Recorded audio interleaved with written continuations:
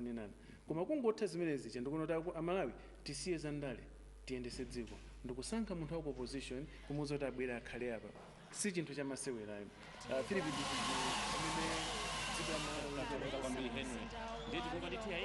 mtsogoleri wa dziko lino akuchititsa msonkhano wa tola nkhani ndipo cholinga chake ndikufotokozera mtundu wa Malawi za ulendo wa ku United States of America komwe kunachitika msonkhano wa United Nations General Assembly ndipo mkumanowu unali wachinamba 71 chaka chino amakumana pamutu wakuti mfundo zachitukuko kupeza njira zofuna kusintha dziko lonse zomwe pa Chingelezi tikuti suitable development goals, a universal push to transform the world. Pano tsopano mtsogoleri wa dziko lino walowa mchipinda chino chomwe muchitikire msonkhano umenewu ndipo posakhalisapa ndikupatsirani kwa amene akuyendetsa mwambo uno kungofotokozerapo zina zomwe zinachitika mtsogoleri ali ku dziko limeneli analandirako mendulo za ulemu ndipo mendulozi zinali zomupatsa poganizira ntchito imene wagwira pobweretsa umodzi pa ndale komanso ulamuliro wabwino. Profesa Arthur Peter Mutharika mtsogoleri wa dziko lino kuchititsa msonkhano wa tolankhani mu mzinda uno wa Lilongwe. Pakadali pano ndikupatsireni kwa amene akuyendetsa mwambo umenewu.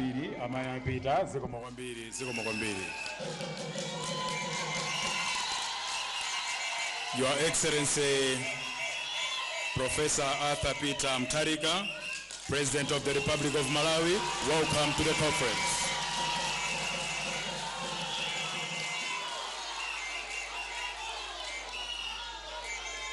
Thank you so much. I now call the conference to order. We begin our proceedings this afternoon with a word of prayer. Your Excellency, sir, with your permission, allow me to invite Apostle Timothy Koviwa to offer us a word of prayer.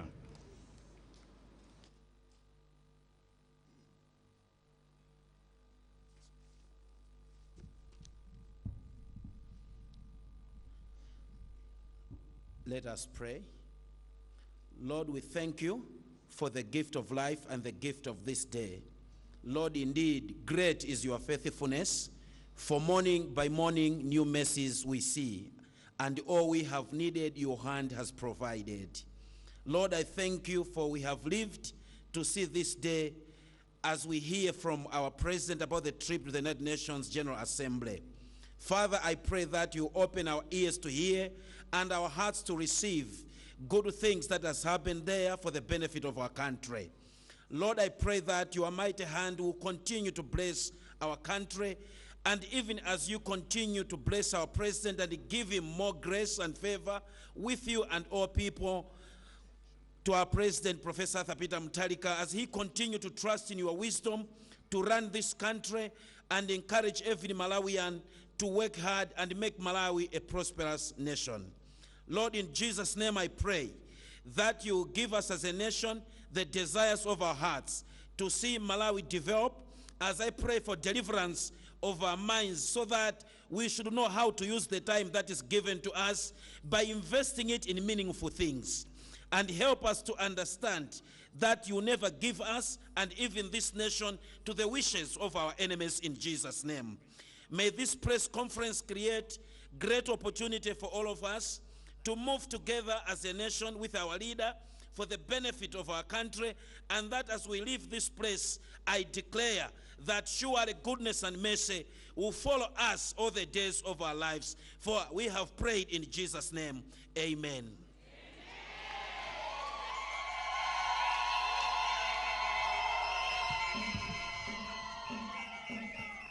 Thank you so much, Apostle.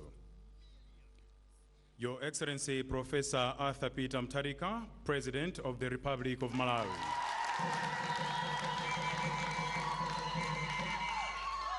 Minister of Foreign Affairs and International Cooperation, Honorable Francis Kasaira. Minister of Gender, Children, Disability and Social Welfare, Dr. Jean Kalirani. Principal Secretary in the Ministry of Information, Mr. Justin Saidi, representing the Minister. Minister of Finance, Honorable Gudo Gondwe, and all members of Cabinet here present. Chief Secretary to the President and Cabinet, Mr. George Mkondiwa. Deputy Chief Secretary to the President and Cabinet, Justice Lloyd Muhara. Her Excellency Virginia Palmer, United States of America Ambassador to Malawi. Secretary General of the ruling Democratic Progressive Party, Mr. Eric Kudontoni, and all members of the Democratic Progressive Party. On behalf of members of the media, let me warmly welcome you all to this post-2016 United Nations General Assembly press conference convened by His Excellency the President, Professor Arthur Peter Mutharika, here at Kamuzu Palace in Lilongwe, today, the 21st of October, 2016. As we kickstart the program, Your Excellency, Professor Arthur Peter Mutharika, President of the Republic, you may wish to welcome all of us to this function and your residents. Your Excellency, sir. Thank you, Ngeme. Good afternoon, you all. Let me say, first of all, I'm very glad to be back home. And thanks so much, all of you, for all the good words you have been saying, but also for receiving me at the airport last week.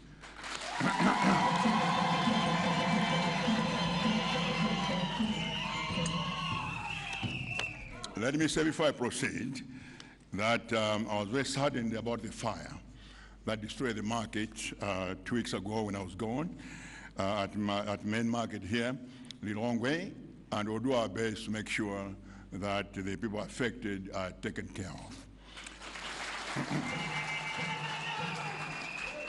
Secondly, let me say that I was also saddened this morning about the death of those 2 young babies who were supposed to be separated today, but suddenly they died just before the surgery. My condolences to the family. Now, I am very glad I'll be saying a few things later on.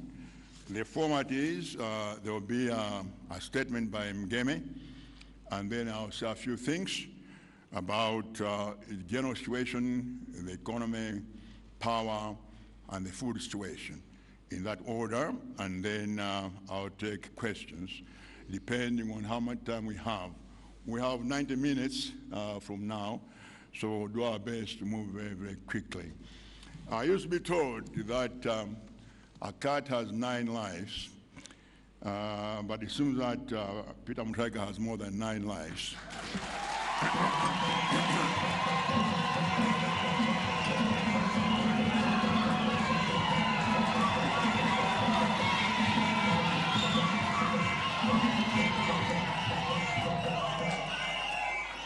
Apparently, during the last weeks I've died and been resurrected so many times, more than 9 times, more than any other human being except Harry Houdini. Do you know who Harry Houdini is? Members of the press, you suppose know current affairs. Do you know who Harry Houdini is? Nobody knows.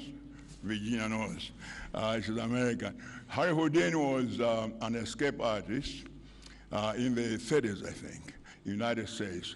They would take him, bind him, put him in a coffin, bury him 6 feet under, put cement over it, and he would still escape. He would still come.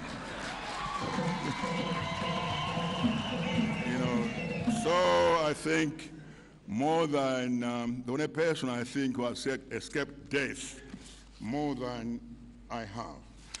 But I'm glad to be back here. And let me congratulate some of the media, except our illustrious media house, Electronic.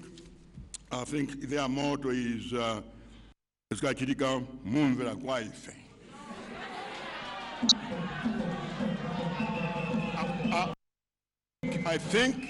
I think you know who they are, because they are the ones who started perpetrating this lie.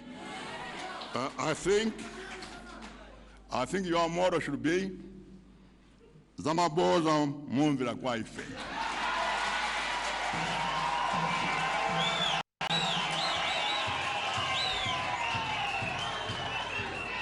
I think that will very much befit the kind of role and the lies you have been perpetrating in this country over the last 2.5 years. I hope the time has come to stop and report good news for the benefit of this country. Correct news, not created news, and that also gone to one tabloid. I won't mention its name, but it's here also in this country, which has a habit of publishing false news, including, I think, on Sunday, something that the people in this country were so glad that God took care of Biengu, and Biengu's departure was necessary. And it goes to say that people are so disappointed that the story about my death was not true. That would have helped this country if I had died. Well, I'm still alive. I have more than 9 lives. I'll be around for quite a while. And sometimes death has nothing to do with age. It has to do with all sorts of things. So I'll be around for a while. Let me say this about the health, that I'm in excellent health. I'm not sick. I'm not sick.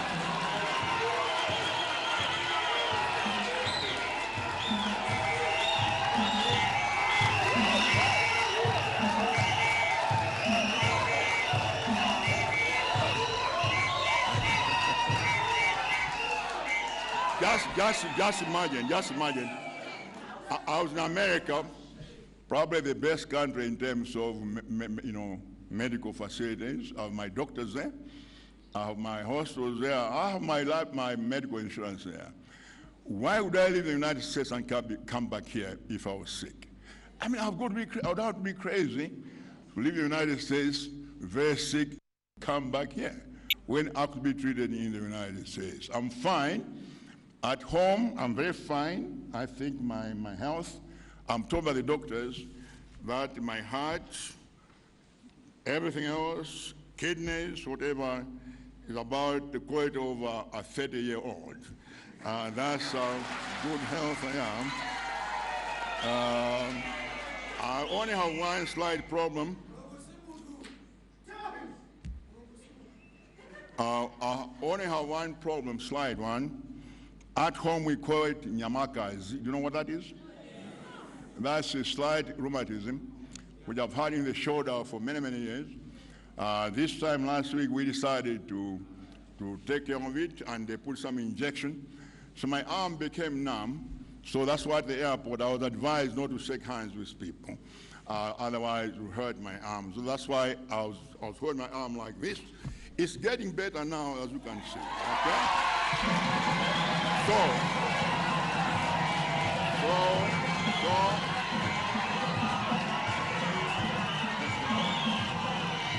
So my arm, my shoulder is about 80% complete now. And in a week or so, it should be 100%. And I'm hoping that in 2 weeks, to invite Mr. Chilemba outside there for a 12-bout fight with him at the stadium there. And I'm sure I can knock him off in the 3rd round. So I promise that. But on a more serious note, I'm really fine.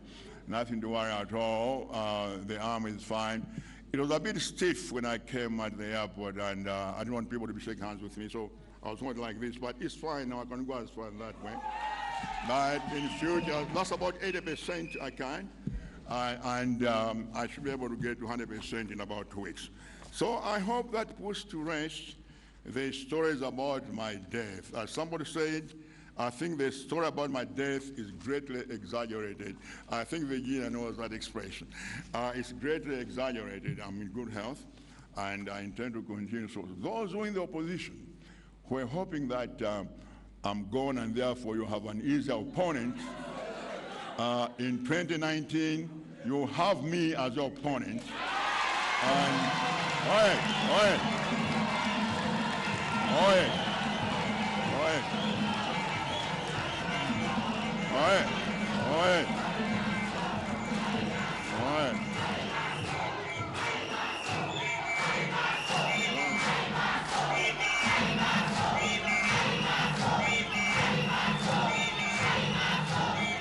Thank you. Thank you. So, 2019,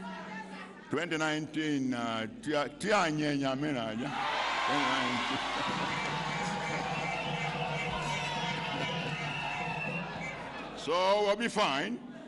And somebody said I should leave the government. I want to ask him to take care of his political party first. Because his party is not crashing, it's imploding. So instead of asking me to resign, let him organize his party, and then we'll meet them in 2019, and we'll send them back to oblivion where they belong. So much for that. No more politics. I swear that's all the politics I'm going to do today. No more politics. From now onwards, it'll be serious. And I'll ask Gabby, let's have the reading, and then we'll proceed from there. Thank you so much for your attention.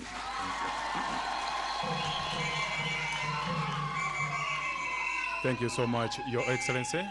Colleagues from the media, those were welcoming remarks from His Excellency, the State President. As we have heard, the agenda for the press conference has been set, and shortly we'll have a statement on Malawi's engagements at the 2016 United Nations General Assembly. For the sake of order and procedure, the issues to be discussed, as outlined by His Excellency the State President, have been segmented into 4 distinctive thematic areas. If you were following what he was saying, a statement on UNGA, water and electricity, food situation, and the economy. Members of the media will be invited to ask questions after a presidential brief on each of these thematic areas. As such, I call upon colleagues to be attentive and ensure that we tie our questions to a specific thematic area. Your Excellency, sir, at this point in time, with your permission, please allow me to invite Dr. Bright Molande, your Communications Director, to read a statement on the UNGA. Your Excellency, sir.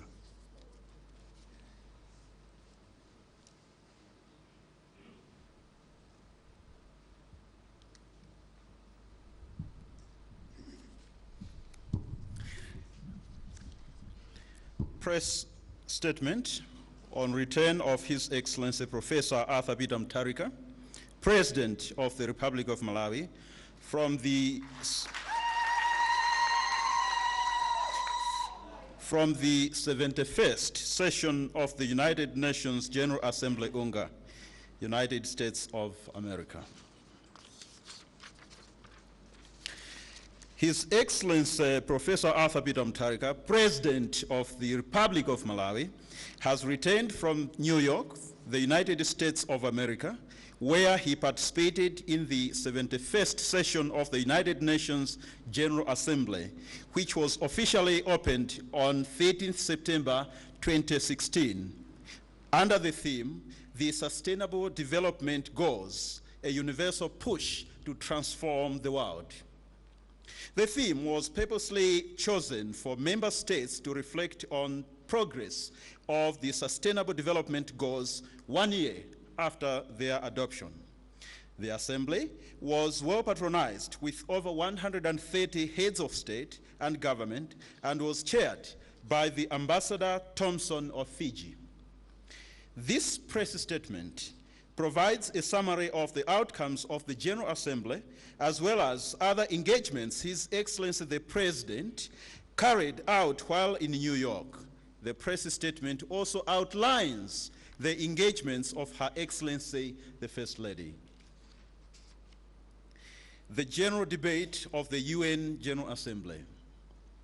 During the general debate, heads of state and government called for urgent actions in resolving conflicts and achieving global peace and security, support for the displaced, refugees and migrants, immediate signing, ratification and implementation of the COP21 Paris Agreement on climate change, and called for urgency and concerted efforts in fighting poverty, hunger and diseases. His Excellency the President delivered his statement on 20 September 2016 and was the 9th global leader on the general debate speakers list. In his address, His Excellency the President reflected on current global challenges triggered by human action. These challenges include conflicts, crisis, mass migration, violence, radicalization and terrorism, trafficking in persons, global warming, and its attendant challenges of worst forms of flooding and droughts, and poverty, hunger, and diseases. His Excellency the President observed that the human factor is largely responsible for the cause of these challenges and therefore called upon the global community to urgently resolve them. His Excellency the President also shared with the global community progress Malawi is making in its economy, health, education, women and youth empowerment, and environment management areas. The President also highlighted the contribution Malawi is making in international peace and security initiatives, especially through the participation of soldiers in peacekeeping missions. His Excellency the President also spoke of the food security challenge Malawi is facing following the double burden of flooding and drought in 2015 and 2016, respectively. The President also appealed for support from the international community towards energy, water, irrigation, transport, health, education, and governance sector projects. His Excellency the President appealed to the international community to make progress on World Trade Organization reforms, which have the potential of improving access and terms of trade for developing countries like Malawi. The President reiterated that such reforms will help Malawi and other countries to create the necessary jobs for the youth. High-level side events. Launch of the Commission's report on education. His Excellency the President, alongside co-conveners of the Global Commission on Financing for Education, the Prime Minister of Norway, the Presidents of Chile and Indonesia, launched the Commission's report titled, The Learning Generation, Investing in Education for a Changing World. The Commission is led by Right Honorable Gordon Brown, former Prime Minister of the United Kingdom. The Commission was tasked to develop an investment case for accelerated progress in education consistent with the Sustainable Development Goals. The report acknowledges that currently there are over 263 million children and young people who are missing out of school. It further projects that if no action is taken, by 2030, over 420 million school-age children will miss out of school. 825 million will not acquire basic secondary education, and 1.5 billion adults will not have gone past primary level education. In sharp contrast, the report notes that by the same year, a staggering 2 billion low-skilled jobs will have been lost through automation.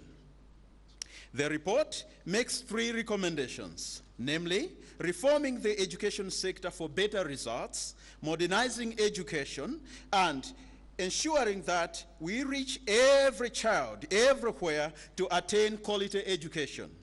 The report further notes that the implementation of these recommendations will require increasing resources for education, for the education sector, from the current $1.3 trillion to $2.9 trillion annually. The report proposes increased domestic allocations to education from 3% to 5.8% of GDP, establishing a multilateral development bank fund which will make available up to $20 billion annually to countries such as Malawi to support education and cutting waste in education spending. His Excellency the President applauded the Commission for a good report and called upon the global community to support the recommendations. He also welcomed the support Malawi will receive from the implementation of these recommendations. Annual meeting of the Clinton Global Initiative. His Excellency the President attended the Clinton Global Initiative annual event, which was presided over by Bill Clinton, President Bill Clinton, former President of the USA, and the founding chairperson of the Clinton Global Foundation. The President Clinton acknowledged and thanked the presence of His Excellency the President, Malawi being one of the beneficiary countries of the Clinton Global Initiative activities. The annual event was meant to raise funds for the foundation. His Excellency the President also held a one-to-one bilateral meeting with President Bill Clinton, and during this meeting, the discussion centered on the support Malawi receives from the Clinton Global Initiative. The President called for the scaling up of these activities, to which President Clinton obliged. United Nations Private Sector Forum. His Excellency the President also attended a private sector forum organized by the Secretary General of the United Nations for World Leaders and Business Captains. The forum was aimed at seeking innovative ways of collaboration between governments and the private sector.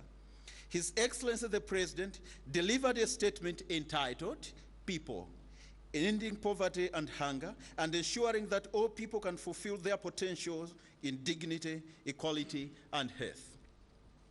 In his statement, His Excellency the President emphasized the need to ensure that development processes are people-centered and that governments, private sector, and all other stakeholders work in partnership in creating an enabling environment for all people to maximize their potentials.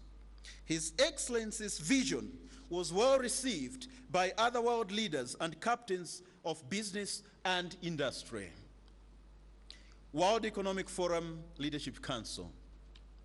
As a member of the World Economic Forum, Malawi participated at the Leadership Council meeting jointly organized by the African Union, development partners, private sector, and the Global Civil Society Coalition.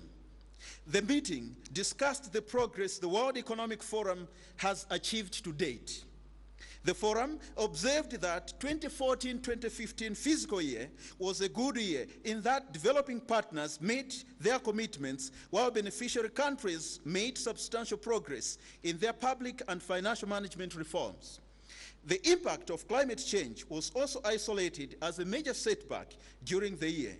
The Council also noted with concern that the slow pace at which the private sector investments were progressing in the course of the year, as only $579 million worth of investments materialized against a projected $9.2 billion. The forum, therefore, committed to work hard in mobilizing private sector investments for the African continent. High-level meeting on women and youth empowerment. His Excellency the President also participated as a panelist at a high-level meeting of the Sahel Women's Empowerment and Demographic Dividend Initiative on the theme, Strengthening Partnership to Accelerate Africa's Demographic Dividend, which was co-hosted by the President of Burkina Faso and other world leaders. During the meeting, His Excellency the President delivered a statement on the need to empower both women and the youth to effectively contribute to socio-economic development of countries.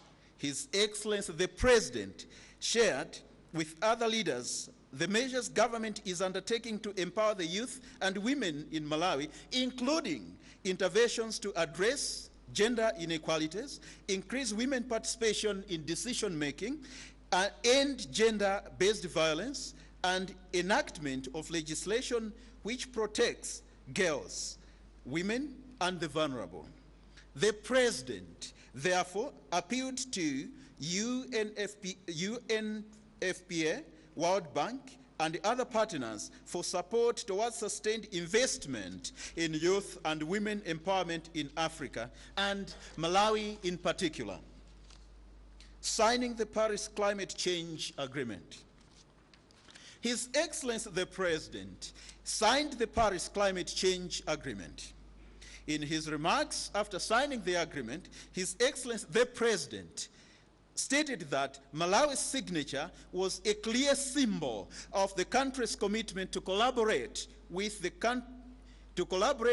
global community in protecting the environment and our planet for the sake of Malawi's own national interests and the global good. His Excellency the President highlighted the impact of climate change variability on Malawi as evidenced by successive flooding and drought in 2014 and 2015, respectively. His Excellency the President noted that inasmuch as Malawi was not a major polluter and emitter of greenhouse gases, she is equally affected by climate change. Hence, the urgent appeal for global collaboration and assistance targeting developing countries such as Malawi to enable them to cope with the impact of climate change. Leaders Summit on Refugees. His Excellency the President participated in the Leaders Summit on Refugees and Migration, which was co-convened by His Excellency Barack Obama, President of the United States of America, and the Secretary General of the United Nations, Mr. Ban Ki-moon. The summit brought together 52 heads of state and government and was convened in recognition of the fact that refugees and migration is one of the biggest challenges currently facing the global community, and hence the summit focused on soliciting serious commitments and pledges from member states to deal with the prevailing global refugees and migration crisis. All countries that attended the summit pledged to host refugees and provide them with access to education, health, jobs, and income-generating activities. Alongside the summit, the Secretary General of the United Nations also hosted another high-level plenary meeting on addressing large movements of refugees and migrants. The aim of this summit was to build a global coalition for a comprehensive, predictable, systematic, and equitable approach to dealing with mass movement of refugees and migrants across the globe. The summit adopted a New York Declaration of Action on Refugees and Migrants, which calls for a global compact to comprehensively manage the current challenge of mass refugees and migrants, and further urges member states to allocate more resources to support all refugees and migrants. Anniversary for He for She campaign. As a champion of the He for She initiative, the President joined other champions and stakeholders who met at the head of state-level reception to mark the second-year anniversary of the He for She initiative. The champions unveiled the first ever He for She Impact 10 times 10 times 10 University Parity Report.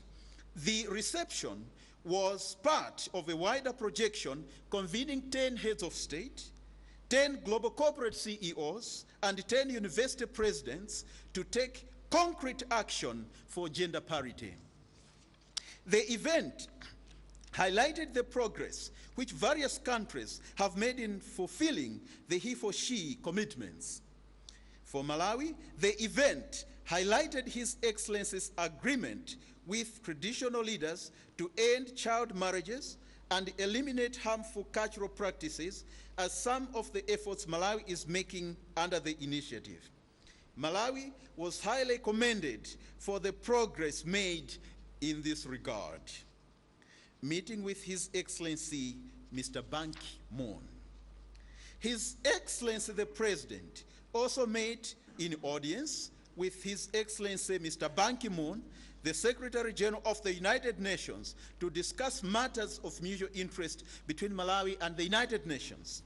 His Excellency Mr. Ban Ki-moon expressed gratitude and profound appreciation to His Excellency the President for the support that His Excellency the President and government had given Mr. Ban Ki-moon throughout his tenure of office as Secretary General. He also expressed satisfaction with what Malawi is doing to integrate the sustainable development goals into the national planning process to expedite their implementation.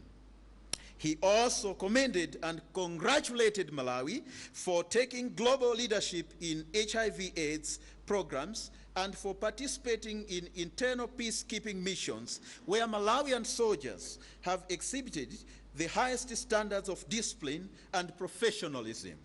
Mr. Ban Ki-moon also congratulated Malawi for its efforts on women and youth empowerment initiatives.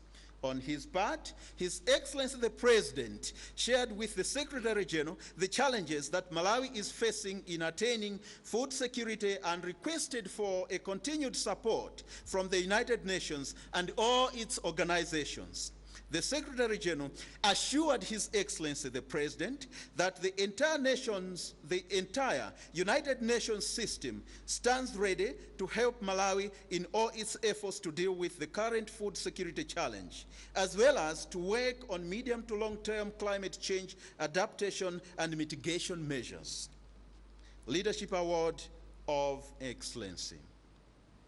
As part of this year's General Assembly, the African Leadership Magazine awarded His Excellency the President with a Medal of Honor and Leadership Award.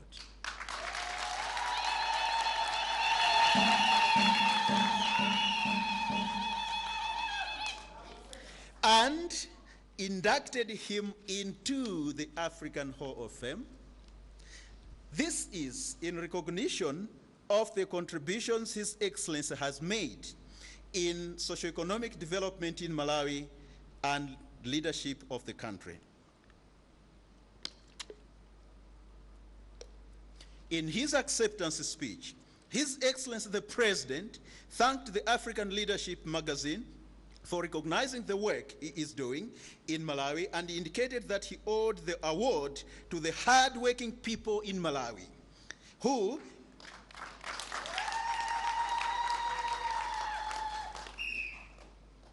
who in their daily life are prioritizing national interests as they contribute to the development of the country. This is indeed a clear demonstration that people outside the country are recognizing efforts Malawi is making as a country despite all that challenges us. Award from the state of Georgia. His Excellency the President received an award of honor from Georgia Legislative Black Caucus.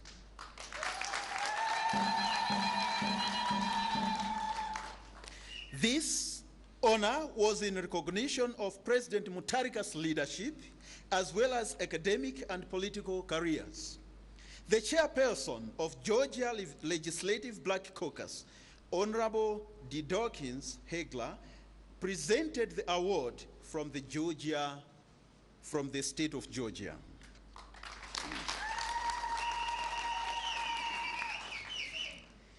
Engagements by Her Excellency the First Lady. high-level event against cancer.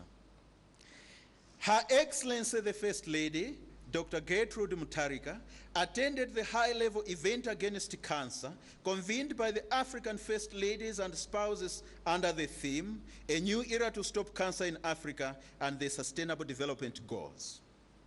The event aimed at, first, initiating a process of establishing a consortium on cancer and comprising governments, development partners, and private sector.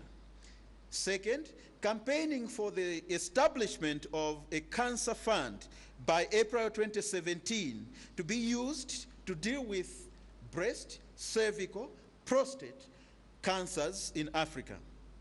The meeting was organized on the understanding that a third of cancer fatalities in Africa could be prevented and avoided if there were improvements in screening, treatment, and care for cancer patients.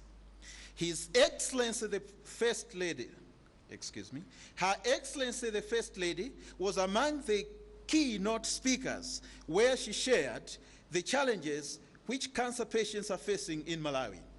She also highlighted the government's efforts to address cancer in Malawi, such as the establishment of the first ever cancer radiotherapy unit. Her Excellency, the First Lady, shared the efforts of Organization of African First Ladies Against HIV and AIDS, OAFLA, in advocating for screening, provision of treatment, and management services for cervical cancer, and called upon the international community to mobilize more resources for the prevention, management, treatment, training of health workers, research, and provision of drugs. The meeting unanimously endorsed the idea to set up both the Cancer Consortium and the Cancer Fund, that the relevant agencies of the United Nations will work with all other players and stakeholders to have the two instruments established. High-level event on Let the Girls Learn initiative. Her Excellency, the First Lady of the United States, Michelle Obama, who champions an initiative titled Let the Girls Learn, invited Her Excellency the First Lady, Dr. Gertrude Mutharika, and Queen Rania Al Abdullah of Jordan to be keynote speakers at the high-level event of Let the Girls Learn. The initiative recognizes that education, especially of a girl child, is critical for sustainable development.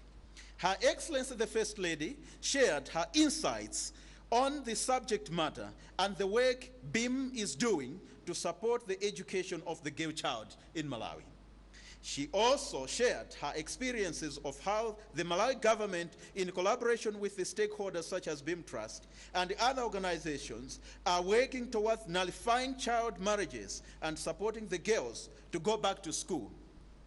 Her Excellency's interventions were also in collaboration with the narration of a Malawian girl who, Her Excellency's interventions were also in collaboration with the narration of a Malawian child who shared her story on how her marriage at the age of 15 was nullified using the provisions of the Marriage, Divorce, and Family Relations Act 2015.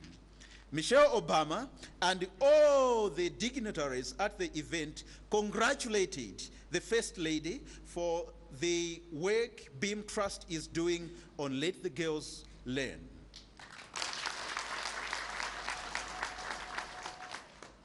Malawi was congratulated for taking the leadership in girls' education. Malawi was spotted as one of the countries which will be supported under the resources of the Let the Girls Learn program. Organization of African First Ladies Against HIV and AIDS. Her Excellency, the First Lady, also attended the OAFLA meeting at the United Nations headquarters under the theme, Improving the Sexual and Reproductive Health of Adolescent girls, the role of first ladies. The meeting was convened by OAFLA and UNFPA with the support from IPPF and Alere Incorporation. The objective of the meeting was to identify the most effective and efficient investment for improving the sexual and reproductive health of adolescent girls. The meeting further highlighted the programmatic responses which would assist to address the diversity of adolescent girls and sexual and reproductive health needs. The demand for unmet need for sexual reproductive health among adolescent girls was a point of concern. Fashion for Development annual event. Her Excellency the First Lady also participated in the 60th annual event for the First Ladies on Fashion for Development to celebrate the progress made on social change worldwide. The Fashion for Development is organized in collaboration with the Organization of the African First Ladies, OAFLA, as a fundraising venture by high-profile individuals for a specific cause, such as environment, climate change, HIV, and cancer, among others. An audience with the Chief Executive Officer for Pink Red Ribbon. Her Excellency the First Lady received in audience the Chief Executive Officer for the Pink Red Ribbon and the Bush Institute, whose aim was to introduce the Alliance's programs in Malawi. The First Lady welcomed the Pink Red Ribbon interest to work in Malawi, which is coming at an opportune time when Malawi has recorded the highest morbidity and mortality rate of cervical cancer. The First Lady was pleased that the synergy between the organization's work and OAFLA in Malawi will enhance mobilization of people to accept cancer screening and treatment at an early stage. In response, Pink Red Ribbon's Executive Director applauded Malawi for being a leader in HIV work and the cancer management, such as screening and PVC trials. The CEO will visit Malawi to understand the situation on the ground. The First Lady was keen to have the program started in Malawi as soon as possible, and she envisaged a Malawi where cancer is eliminated. An audience with the China-Africa Business Council, CABC. Her Excellency the First Lady, in her capacity as Vice President of the Organization of Africa First Ladies Against AIDS, received in audience the Secretary General for China-Africa Business Council in order to receive a donation of $100,000 on behalf of OAFLA. This is the second donation made by CABC after the FOCAC meeting held in the Republic of South Africa in December 2015. The First Lady informed the General Secretary that the funds had enhanced the OAFLA budget. For example, in Malawi, the fund assisted OAFLA to meet faith and traditional leaders and the youth. The First Lady assured the General Secretary of CABC that the funds provided will be used for the intended purpose. She further recognized the excellent bilateral relations which exist between the People's Republic of China and OAFLA. Ministerial engagements. As part of the General Assembly, the Ministers of Foreign Affairs and International Cooperation and Gender, Children, Disability and Social Welfare participated in several meetings. These were high-level event on open government partnerships, annual meeting of the landlocked developing countries, Commonwealth Foreign Affairs Ministers meeting, annual meetings of the Group of 77, annual meeting of the least developed countries, and the One Africa, One Vision high-level meeting of the AU Ministers of Foreign Affairs, Health, gender, and social development. Bilateral meetings were also held with Ms. Sarah Sewell, the Undersecretary of State in the U.S. State Department, and Dr. Doe Gold, Director General in the Ministry of Foreign Affairs of the State of Israel. The Minister of Foreign Affairs and International Cooperation further engaged in a fruitful consultation with the Global Spotlight Incorporation of the USA, a prospective investor in the solar energy sector in Malawi. There are good prospects that Malawi will benefit from the outcome of these meetings and engagements. Conclusion. His Excellency the President's working visit to New York was obviously rigorous, eventful, and has left a mark for Malawi. His Excellency the President utilized his time in New York and that of the global leaders to lobby and seek partnerships for the socio-economic development goals of the Republic of Malawi. Above all, it is important that when the international community is discussing matters that have implications on the people of Malawi, it is only proper that Malawi is adequately represented at such fora, and this was certainly achieved during this visit. I thank you for your attention. And I thank you, Your Excellency, for according me the opportunity to read this statement. Thank you.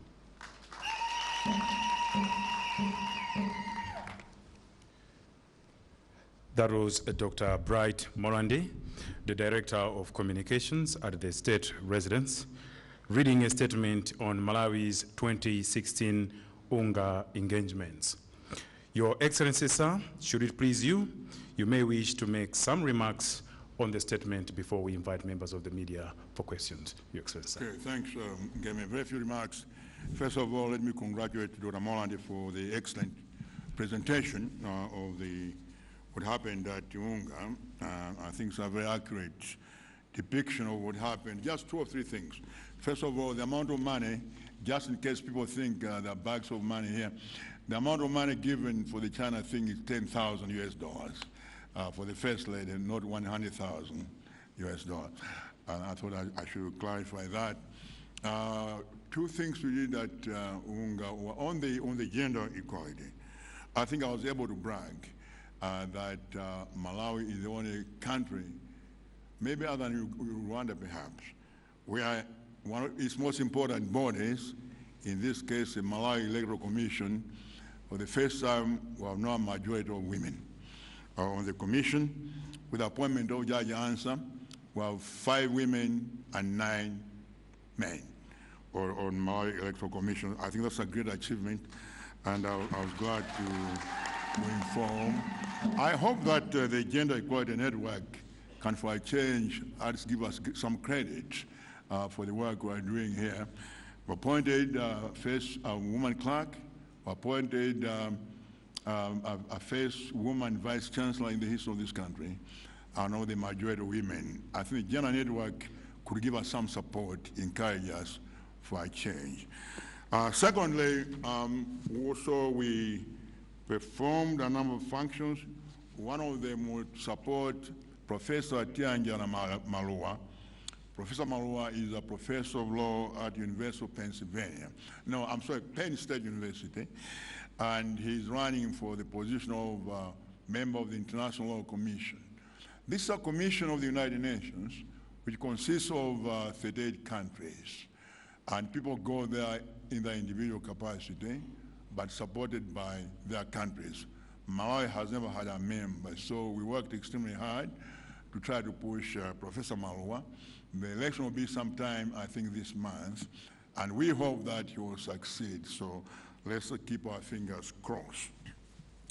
So much for that. Now, I think I've already covered on the health status. Let me just say one or two things. What we did after UNGA. After the UNGA, I think I sent everyone back. everyone came back because I wanted to cut the number of people who stayed behind. That may explain why maybe we're not reporting to you every minute of what I was doing, simply because I had no staff. Everyone had come back. Only I think Dr. Mohan Maglas remained and one or two other people, and the Director General also had left. So anyway, about the health thing, I think there's nothing mysterious about it. I already said about the rheumatism. Nyamaka, as I'm told, nobody in the world has ever died from rheumatism. So I'm quite safe, except maybe at Zodiac, maybe they die there, but nobody else dies from rheumatism. So I can assure you that in good health, no need to talk about it, but there's nothing mysterious really, I can assure you that. I'm in good health. Now, what I did after UNGA, the next 10 working days, a number of meetings. I decided to meet a number of groups. One was very interested on the idea of energy. Some companies interested in biomass and also solar energy. So I had a few meetings on that. I was also interested in resilience. I talked to a number of people, met the Danforth Plant Center in St. Louis, who are involved in developing drought-resistant crops like cassava and other tubers. I did that. I was also interested in the issue of pesticides and the question of post-harvest loss. We need some assistance. Some people be coming. We lose about 80% over harvest because we don't have the capacity or because of insects or those kinds of things. I think it's very, very important for food security that we handle. So I worked on that. I also talked to a number of people with respect to the food situation. I had a very important meeting, I think last week in Washington with Honorable Gundwe, Honorable Sawarengera, Maglas, and others. As you know, Ambassador Sawarengera was once ADMAC, also headed NFRA here. He's now in Washington. He was in Brazil. We sent to Brazil to go and negotiate other things. So he'll be going probably next week to Brazil and make. So that's basically what I did. There was nothing mysterious. In addition to the intervention in my arm, I never stayed in the hospital for even one night. It was a day operation. And some people have said that because of that, I should have handed over power. Actually, the Constitution that provides for incapacitation, if you know what that means. Incapacitation in the dictionary means a person is unable to carry out their functions. That's what it is, not sickness. And therefore, under the Constitution, Section 87, which, by the way, I'm the one who put this provision in this Constitution, in this room, in this room, February 4th, 1995. So I know what I'm talking about. Incapacitation where a person is unable to do their work. If that happens, what happens is I propose and was accepted by the conference. I hope Ntaba is here because Ntaba was president and Kakwama and others. I was sitting right here. Kanyongolo was here. Kanyongolo Gano confirmed. I propose that there should be a committee of private practitioners who should examine a person. After examining a candidate and decide that he or she is incapacitated, they take matter to the cabinet, and a majority of the cabinet will sign a certificate to say that if the president is incapacitated, then that will go to the speaker, and the speaker will declare, and the person, a new acting president, will be appointed until the incapacitation ends. So that's what happens. It's not sickness, but incapacitation. So I know some of you are so anxious for me to leave the government. So illness is not incapacitation. You go back, whatever you write there, I don't care what you write. But the truth of the matter is illness is not incapacitation. So there was no obligation. There was no obligation on my part to give over the government. At no position was I under general anesthesia. Okay? So I was awake all the time. So let's put this to rest. So much for that. I think I've covered other things about the health and what I did the day. So I think maybe, Mr. Chairman, we'll move to the other three areas, and then after that, we can answer whatever questions may be there. The first area I would like to talk about is the issue of the economic situation in this country. I'm aware that we're having a lot of problems, and let me just give you a brief update of what's happening. Our kwacha has slightly depreciated against the dollar, the euro, and the rand. But unlike last year, it is actually stable, so we hope that this stability will continue. Our total forex reserves stand at 926 million kwacha, or 4.3 months of import cover, which is way beyond the recommended 3 months import cover. So I think on forex we are doing quite well. In the medium term, we expect to see some increase because as a result of some investments that are coming into the country. Inflation is now at 22.8%, a little bit down from 23.5% the previous month. Now, as you know, we expect inflation to continue for some time because in this country, inflation is governed by maize. So depending on how the maize crop performs next March, April, June, during the maize situation, we hope that perhaps inflation will continue at this rate or perhaps will go down. Interest rates are very high, I quite agree. We are making every effort to make sure that these are reduced so that companies are able to borrow money at reasonable rates. Now, in trying to reduce interest rates, we have taken into account the issue of inflation. So it's a question of balancing, and I hope that we'll make some progress there. IMF, the 9th review was just completed, as you know, and they've given us some time until mid-2017. They'll come back to see what progress we're making in the macroeconomic area and other areas, including expenditure and so forth.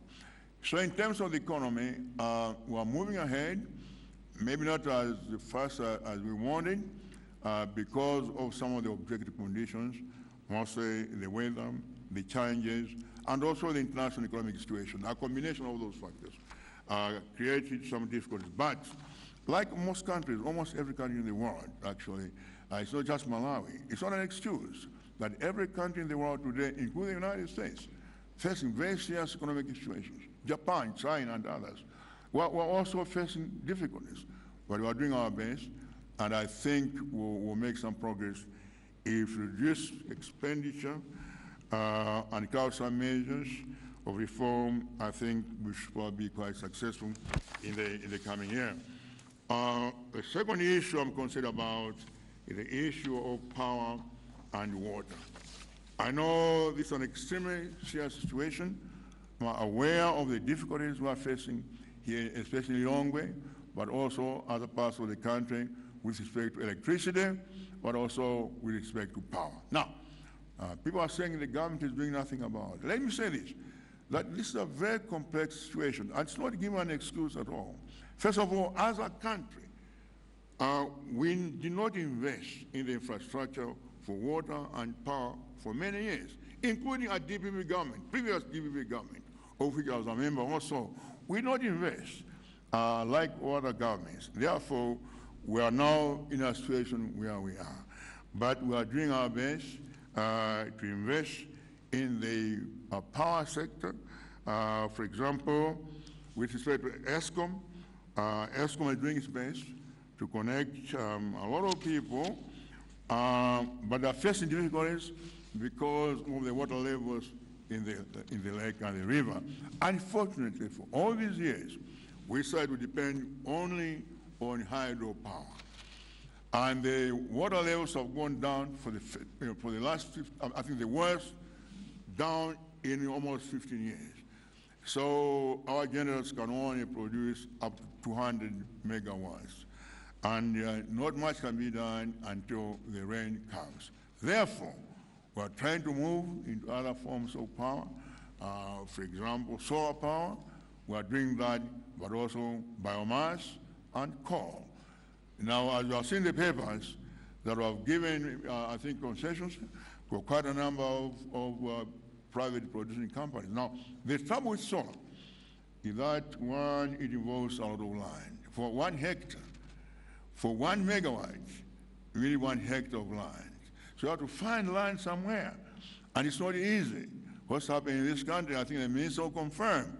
You have to fight with landowners, chiefs and relatives, and so forth to get land.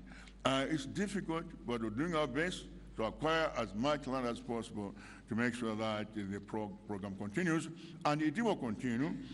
We hope that by the end of next year, we have added about 200 new megawatts, and we hope in 5 to 10 years we have more than 1,000 megawatts.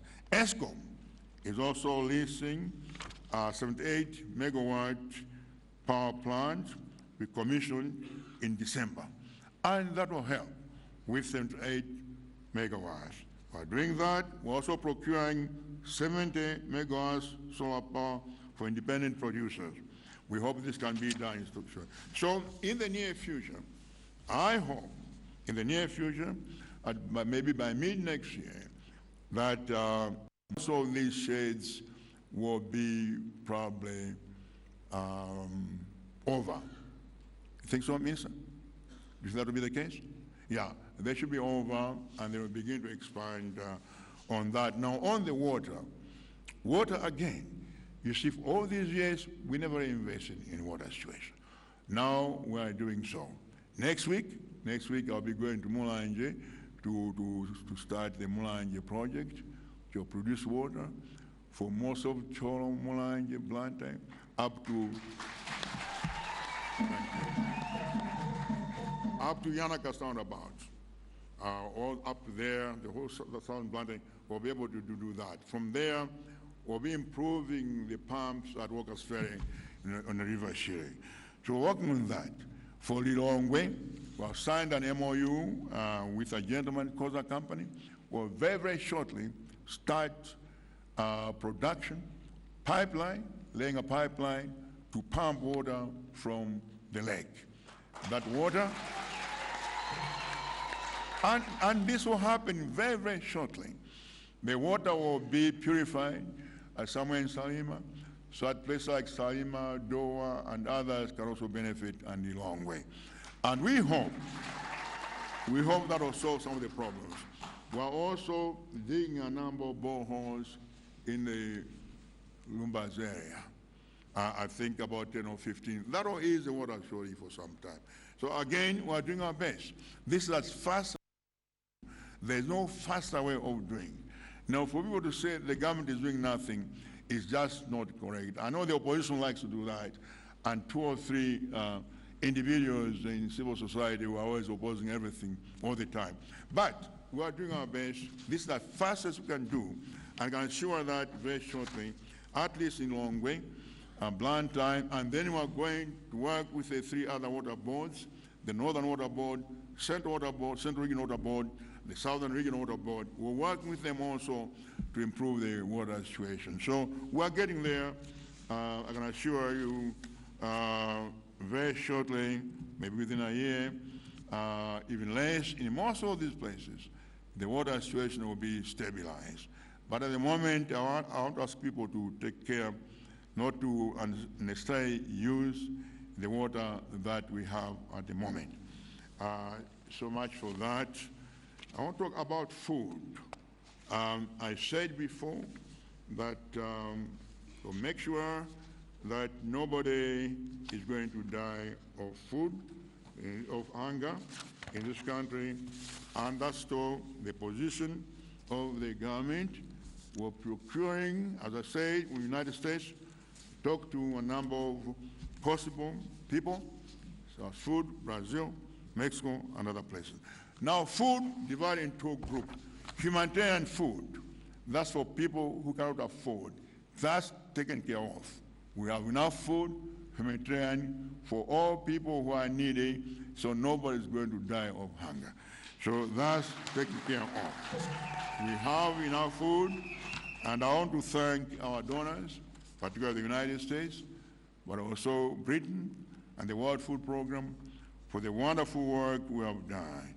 At the moment, we have 90,000 metric tons of maize already, and we have money from the World Bank coming, USAID, a lot of money coming.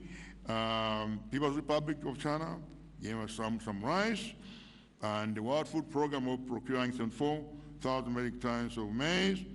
USAID will also provide 14,735 to add to the WFP program. So there'll be enough maize. There is enough maize already.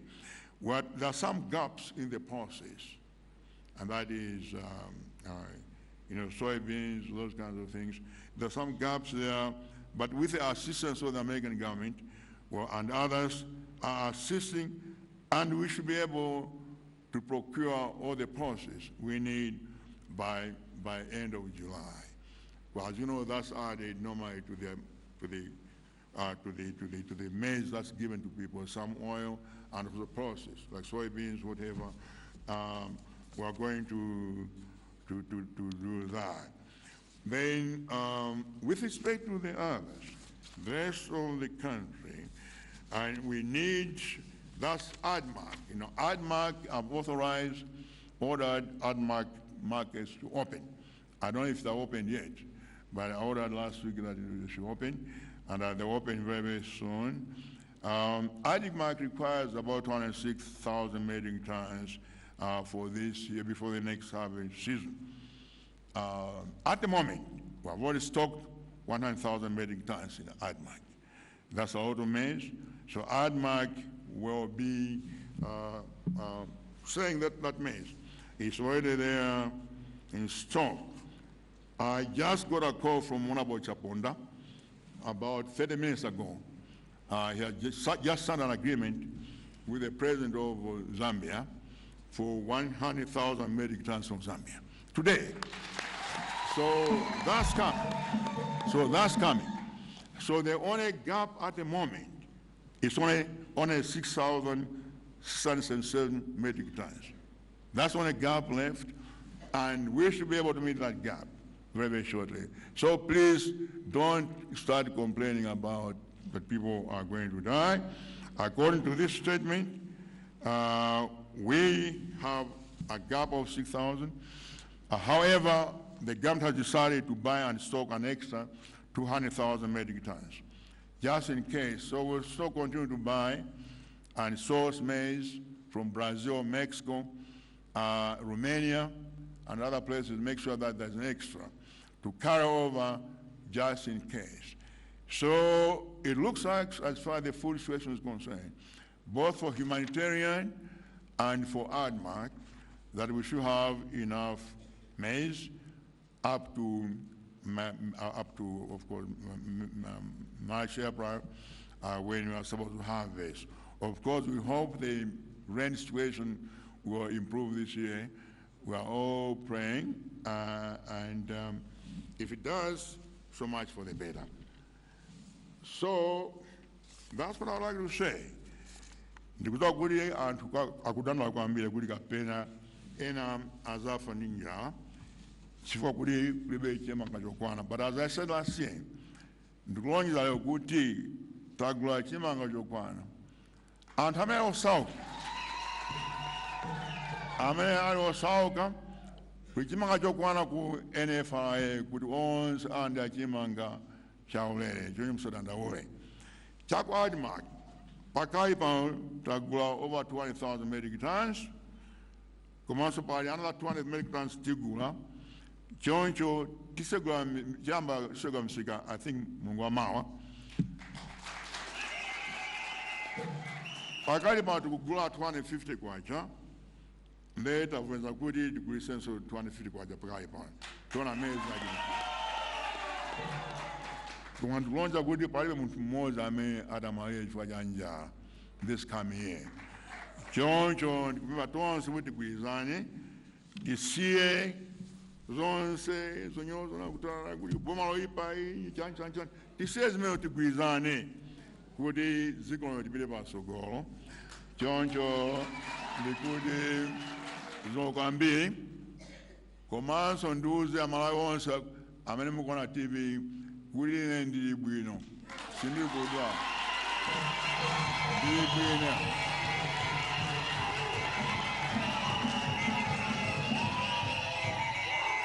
Ngati munthu uli kudwala khani nthenda sizimakisa manyazi. Munthu sungabise kuti ndikudwala uzibisa. For what reason? Ndikakuti ndikudwala ndikuuzani.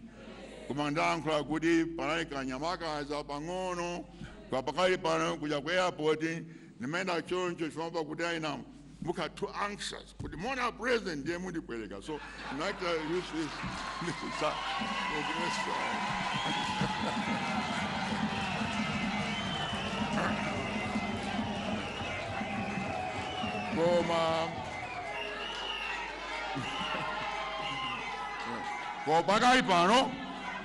Pokali pano mkono uli bwino up to about 90% uli bwino.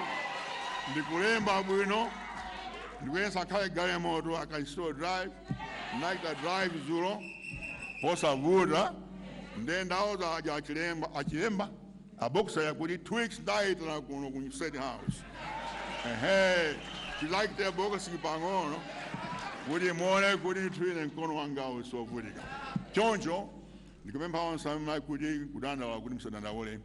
I'm so here. Nobody can hide the honest. There's no reason to hide. Ngani kudwa. What's there to hide? Nema kubisa for what? So please listen. Put that behind. I'm well. Tonse tigwizane tinde pasogo. Children ngati pani mafunso kangapo. It's your call. How much time do we have? We've actually exhausted the 90 minutes you gave us on your diary, Your Excellency. How much do you have? We have exhausted the 90 minutes. Okay, so can you put another 20 minutes just for questions? Thank you, Excellency. So I have another meeting at... Thank you. We're going to put another 20 minutes at 4 o'clock. Right. So another 20 minutes of questions. Thank you, Excellency. Let's go. Thank you. Colleagues from the media, that marks the end of briefs from His Excellency. The President has addressed the issue of his health status, water and electricity, economy, and the food situation. And he has extended the press conference for another 20 minutes for questions. Who wants to take the first question? Mana. Your Excellency, my name is Deogratias.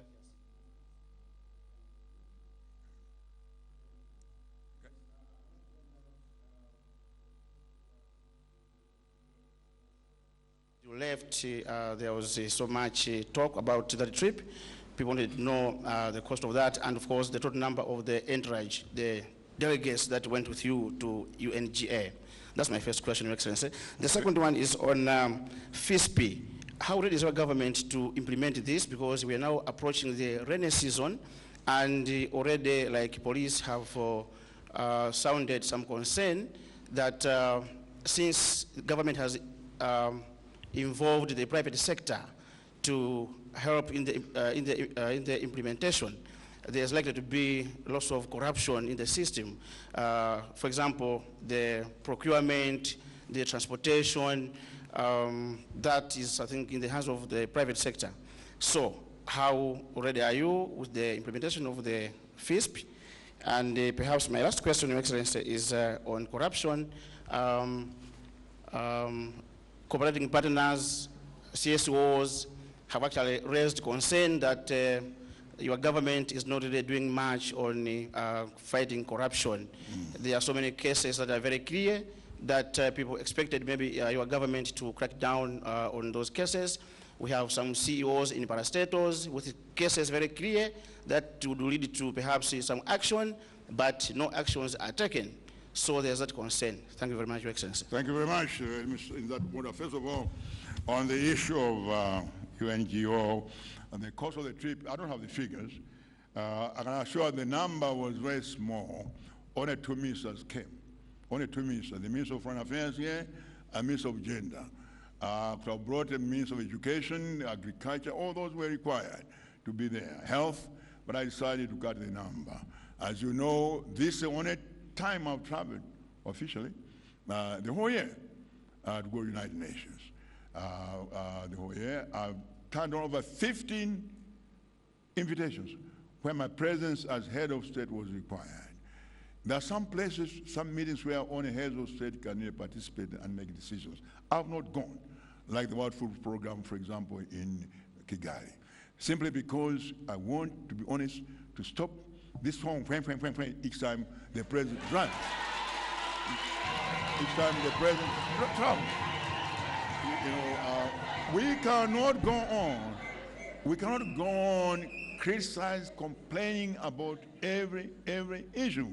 Our president has got to be able to travel to go some places I have not gone. So we saved you our own money, but in the process, we lose a lot. We lose a lot because there are many things we miss out where the presence of a head of state is required. So you make a decision. But each time the president travels, we have to go through endless arguments and ridiculous questions. Then I will not travel. I will not travel, and you won't be represented. So let me make that very clear. Now, I don't know the actual cost of the trip, but I'm sure it was within the budget.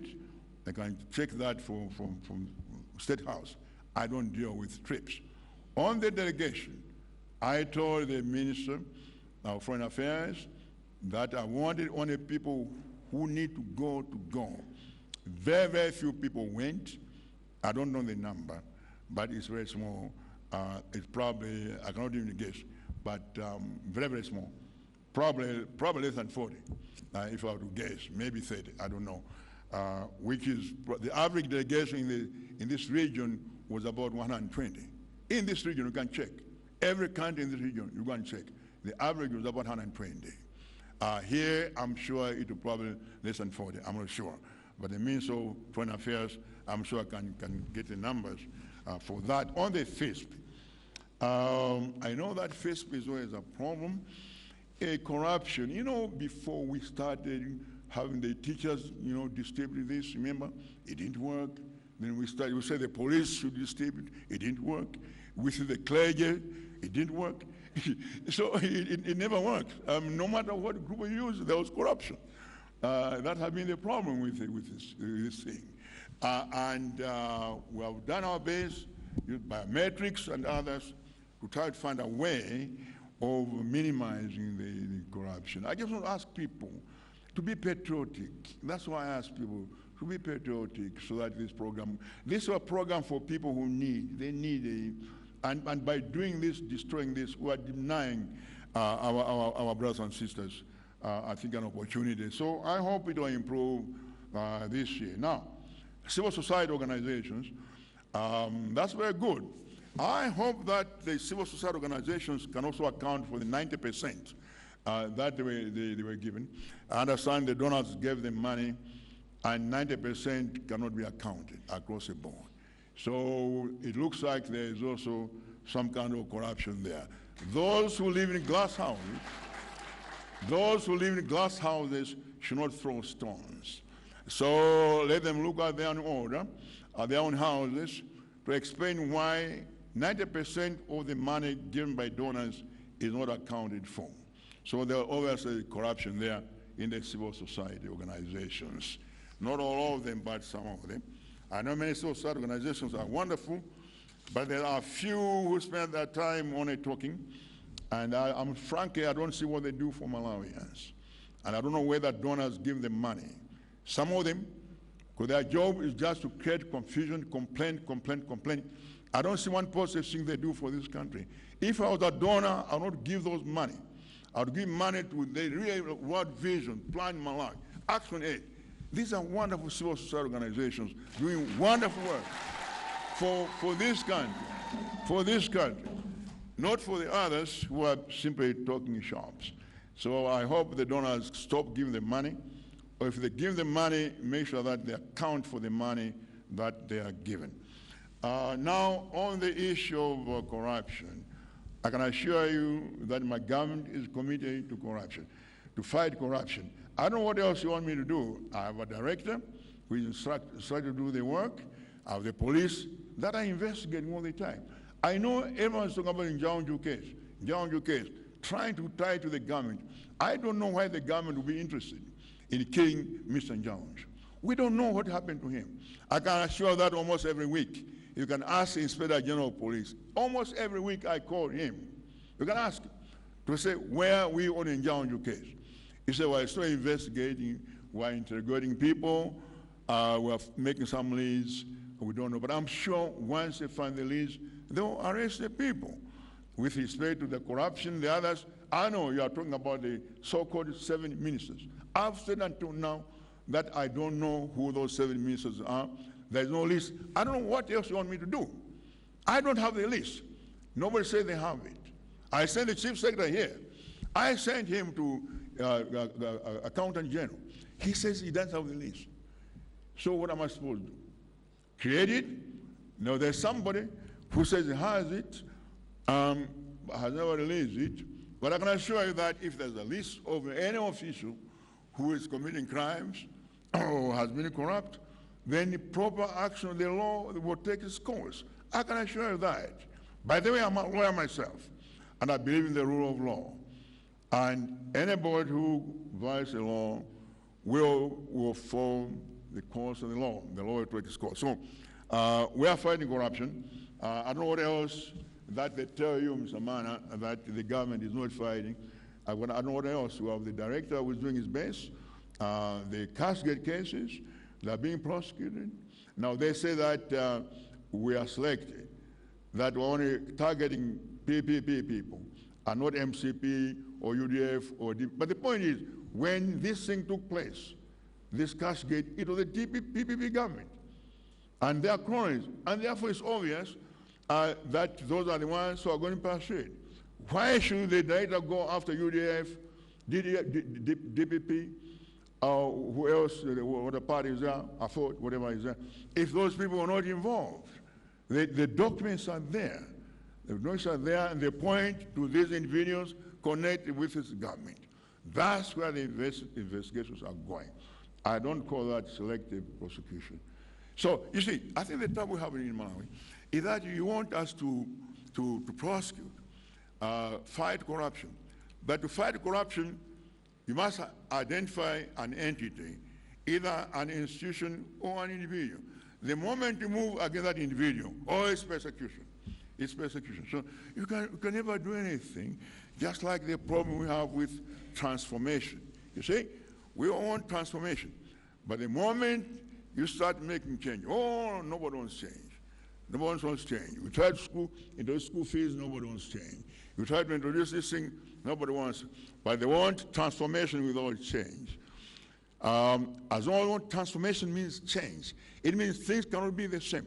But you want things to be exactly the same way they are and transform at the same time. It won't happen. That's why somebody came to see me, I'm sure you saw him. I asked him to tell me what transformation is. He didn't even know what he was doing.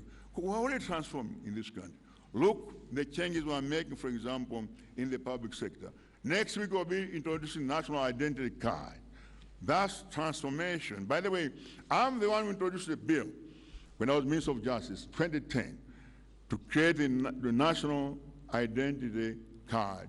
I introduced legislation, so committed to it. We have made so much progress. Passport applications, one-stop center. There's so many changes we're making. This is transformation. But when we talk to them, no, there's no transformation. This government is doing nothing. It has no direction. So I said, okay, fine, no direction. What we are doing, whether it's MADA program, community colleges, reform, it's not good. Tell me the right direction. They don't have any. For 2 years now, I've been asking opposition, including ECAMA itself. I asked ECAMA on there, I said, give me recommendations. Not in one. It's almost a year now. They have nothing to contribute. So, I say, now join me, because the only way I see at the moment is what the DPP government is doing. Support it, support it, support it. We are doing something for the benefit of the people.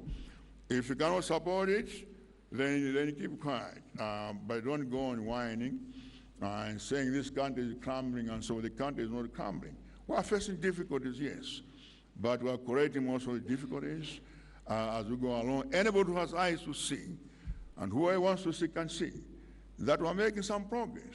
We are making some progress. There are difficulties, yes, but we are making progress. But to say that this government has done absolutely nothing, look at the roads we are building in all the urban areas, and all the urban areas, school blocks, hospitals we are building, airports, all sorts of things. In Njaka Road, which the bridge could not do, 52 years they could not do it, I am building it now. 52 years they could not do it, I'm doing that. And how can you say that government is doing nothing? That government is doing nothing. No, we are doing a lot. Just support us, and I can assure that if you give us the support, by the end of this first term, I want to finish all the road network in this country. Without roads, no country can develop. Germany developed because Hitler built the autobahns. Now, Hitler was an SOB, was a bastard, but he built the autobahns. In the United States, the country developed because Eisenhower, in 1952, decided to build the highway system, and the country developed. So the best of development is roads. I want by the end of this term to finish all the roads, both the major ones, but also connecting ones. So the next term will now start doing infrastructure. So we are right on course, and when somebody says that the government has not made any of its manifesto promises, that's not correct. We are carrying out all the things we promised in manifesto, and will continue up to the end of our term. Thank you. Another question. Matthews Malata. Matthews. Your Excellency, welcome back home. My name is Matthews Malata from the Malawi Broadcasting Corporation, from MBC. Malawi Broadcasting MBC. Corporation, MBC. Okay. Thank right. you. Question is, the UN approved the Sustainable Development Goals. My question is, I want to find out, as your government, how are you positioning yourself to ensure that most of the goals are aligned to the yet-to-be-developed Malawi Growth Development Strategy 3? Yeah. My second question, Your Excellency, is on the Paris Agreement, which you signed on behalf of Malawians. What appointment? Paris Agreement. Paris? Yes, Paris Agreement, yes, a treaty on climate change issues, yes. How important is this treaty to our nation, and how do you look forward to ratifying this agreement, since we have taken one step, which is signing, but at the same time we need to ratify in future? Yeah. My last question, Your Excellency, is on the Malawi Investment Forum. The country had the second edition of the Malawi Investment Forum. How do you intend to continue that as a government in order to make sure that we continue to attract investors to come in the country? Thank you very much, Your Excellency. Thank you. Those are very positive questions. On the first one, MDGs, we're certainly going to align. Remember, the ones we finished, the area group, of course, we're trying to our area, the joint strategy. Now, we'll be developing a new strategy. And we'll be developing, very, very soon, we'll be creating the Malawi Development Commission. I understand it's at an advanced stage, I think, Minister of Justice and Finance, and I think through the Malawi Planning Commission, we hope to integrate these goals as part of our development process, but also sector by sector. Within education, we need to get education sector to focus on the need for, say, universal education or whatever, health, and so on and so forth. We'll be doing that, but I think the important thing first is the National Planning Commission, which will be establishing very, very shortly. Paris Agreement, I signed it in New York, and I hope that we can ratify it very shortly. It's very, very important indeed, because it provides for a lot of things, economic resilience, how to fight all the new things, changes that are happening, floods, unpredictable rains, droughts, what have you. And also there's a fund. Actually, by being a party to this, you also have access to what they call the Green Fund. It's quite a substantial fund which have been used to deal with some of the issues that we're faced with. So I hope that we'll ratify it very shortly. So become a party to this. Signing is just the first stage, as you correctly saying. We'll ratify, And I hope we'll be able to take advantage of some of the things, especially in the area of resilience, but also things like, for example, developing crops that are resistant to a drought, like cassava and other types of tubers. Very important. That's what I talked with some of the private companies in the United States. It's very, very important on this. But also, I think on this, let me just say, the change about food, away from maize. I'm talking to people that tell me that maize is really an endangered crop. That they don't think that within the next 50 years, maize will be able to sustain, because it's one of the most resilient crops. Yeah, you know, one week of no rain, and the crop is gone. So I'm going to start looking at other forms. I was talking to a friend, one of the heads of state. He put me aside and said, "Peter, did you really tell people that they should eat grasshoppers?" You know, and we laughed. I said, "You remember the thing about Zitete?" I said, "I never told my people to eat grasshoppers, but I was talking about changing from maize to tubers and the other types, rice and other kinds of things." So we're going to be looking at these things also as part of the change. MIF, I'm sorry that I missed the meeting, but I followed everything that happened. The Malawi Investment Forum is extremely important forum. A lot of commitments were made, and we hope these commitments will materialize. Just like the one last year has matured into quite a number of projects now. And as you know, last year or earlier this year in August, we had the Chinese also investment forum. We have had over 100 companies here. And as you know, 13 of those companies are already here. They're already here, they're beyond MOU, they are actually not operating in this country. So these forums are very important if done properly. And from what I hear from people who have attended these forums, they say this one of the best. So I have to congratulate the minister and your people. That is one of the best forums that, in fact, have taken place in this country. So we'll continue to do things periodically. Maybe not every year, maybe every other year, just depending on how things go. But we'll continue to showcase, but also we'll continue to go other places to attend other countries and take our products there so people can see what we are doing in this country. In the Middle East, there's a big Dubai investment trade fair. It's one of the biggest in the world. As you know, they have invited us to go. And we'll be sending our people there, our products there, Expo 2021. We'll be sending our people there and our products so that people see what we can produce here so they can come and buy or invest in this country. So much for that. Thank you. Teresa Ndanga, Zodiac. My name is Teresa Ndanga from Zodiac. Okay. All right. Your Excellency, the extra 15 days or so that you stayed on in the U.S. created a lot of anxiety, as you have seen from social media and so forth. And this partly may be because of a lack of proper information management in the government. I did speak to the information minister while you were still in the U.S., who did say that you were holding meetings, but did not know the details of who you were meeting or the companies that you were meeting. And I'm wondering, Your Excellency, if your government concedes that information management in your government could be done better. Well, I'm not going to concede that. What I can say, as I said earlier, maybe you're not listening. As I said earlier, that all my staff was sent back. All my staff was sent back, and therefore I don't have enough staff to communicate. Don't blame my people. If you want to blame anybody, blame me, because I have given them, I did not give them all the details as to where I was. So you want to blame me, blame me. But the truth of the matter is that I've told you where I was.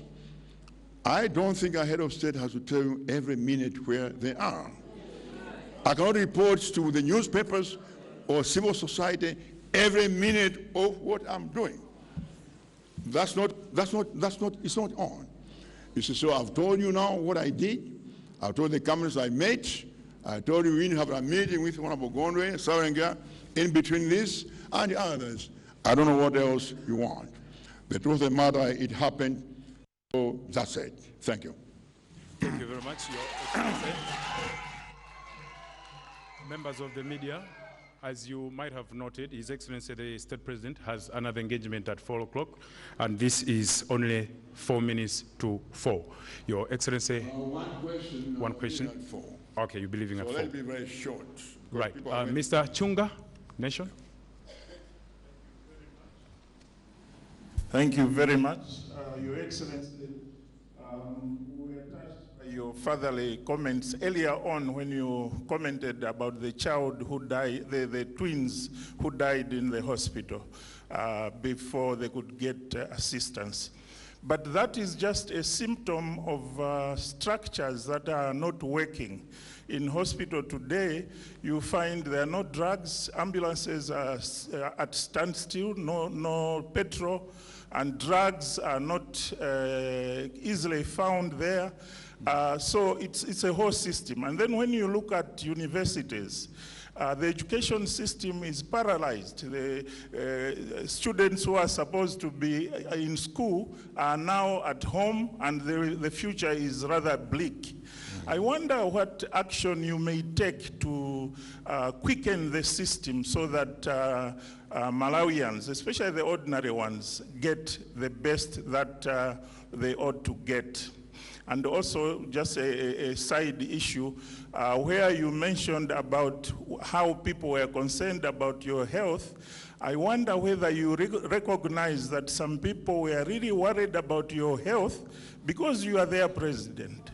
And therefore, it's not out of malice per se, except for the extreme stories that came about. But there was love attached to those concerned.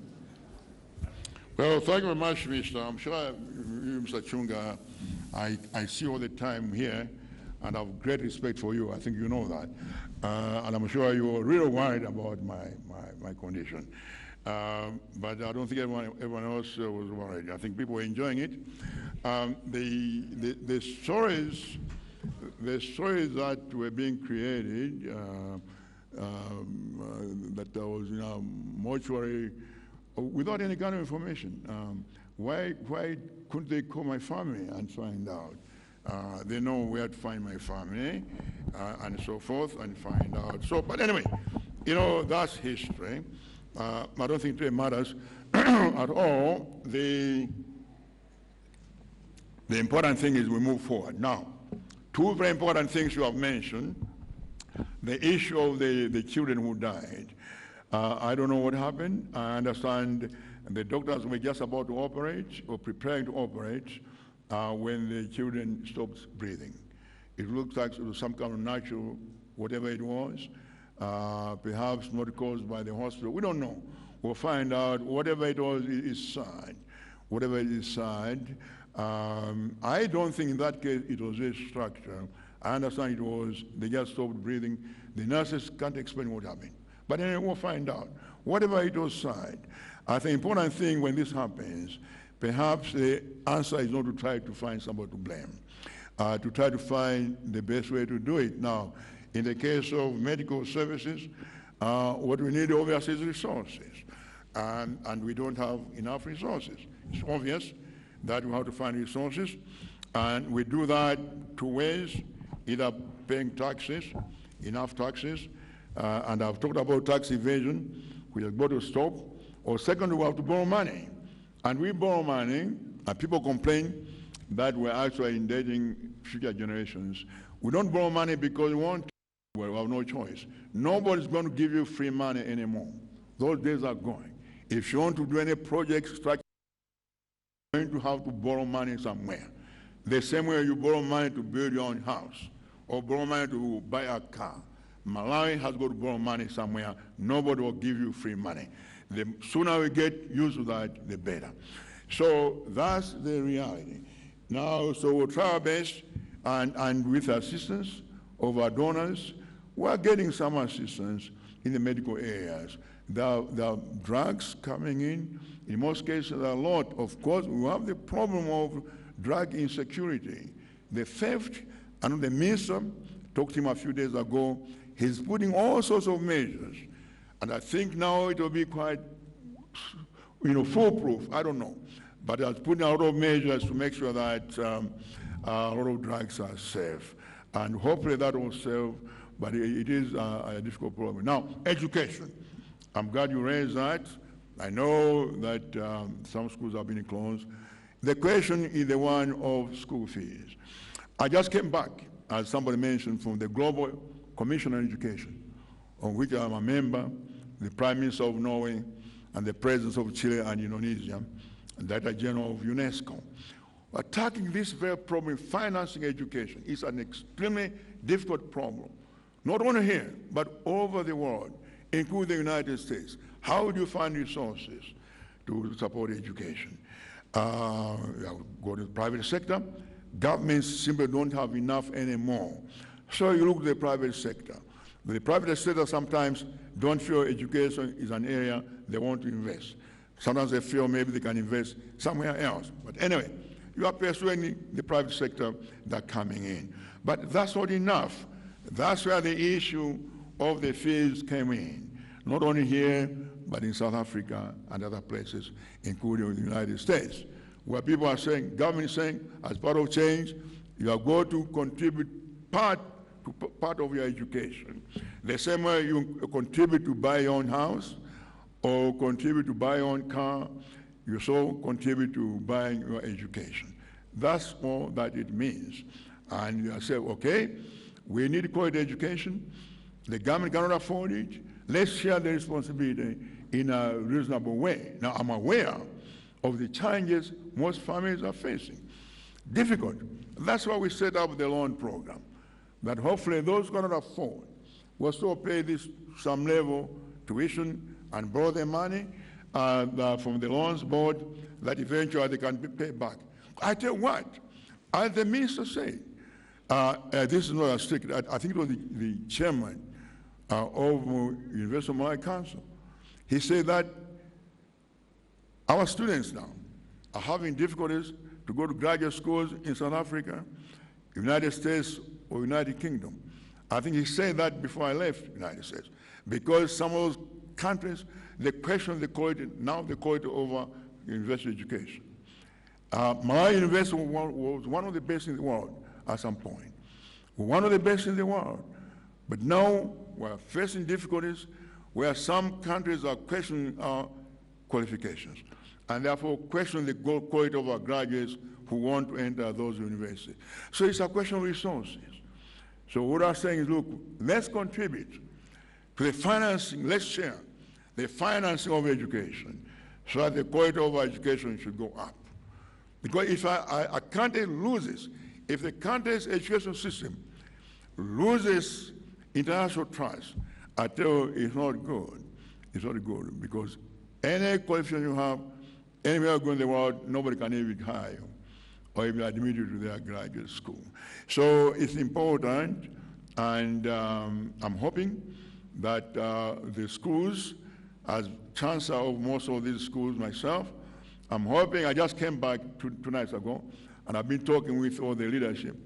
I'm hoping that very soon we'll find a way to open these schools, and also I'm hoping that very soon we'll find a way to address the issue of tuition, school fees, so that we reach a reasonable balance, so that we can continue to provide a quality but also relevant education for the development of this country. Thank you.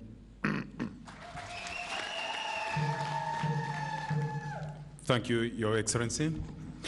The question time was the last item for the press conference. On behalf of colleagues from the media, let me thank you sincerely, Your Excellency, sir, for sparing your time from your busy schedule to address the nation through the media, and for extending the press conference for 45 minutes. We don't take that for granted. It may now please you, Your Excellency, to wind up the conference. Thank you. It's wound up. Wound up. Thank you for coming. I've enjoyed this meeting. I hope we can have more of these. But as you know, I studied this. You all agree. When I first got to power, I think the Minister of Waraboka Nankuma, I invited to Sanjika Palace the press, everybody, the publishers, all the media. They came there, we had dinner, and a few drinks. And I gave everyone 50,000 kwacha as transport reimbursement. They all took it. The moment they left Sanjika Palace, they turned around and said, I was bribing them. You remember the story. I was bribing them. You see, I tried to establish this communication, but you people have resisted it. But I hope it will be upon you, the media in this country. If the media wants to work with me, I'll work with the media. But for this to happen, we need one thing, and that is mutual respect. The kind of things that are written in the paper, like the thing I just sent away, which was answering last Sunday's Daily Times, to actually glorify my brother's death and lamenting the fact that I was not dead, the fact that actually I'm alive. Now, that's the kind of thing that cannot make me respect you, the media.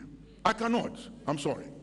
I expect you to behave with decency, respect for the government, for me, and I'll respect you, and you can work together. So I hope that will be the case from now onwards. Let's start a new chapter, but please, let's give the presidency some respect. Just being a president is not a crime. And therefore, I don't think being a president means everyone must spit on the president. That has got to stop. Thank you. Now, time to go. Thank you.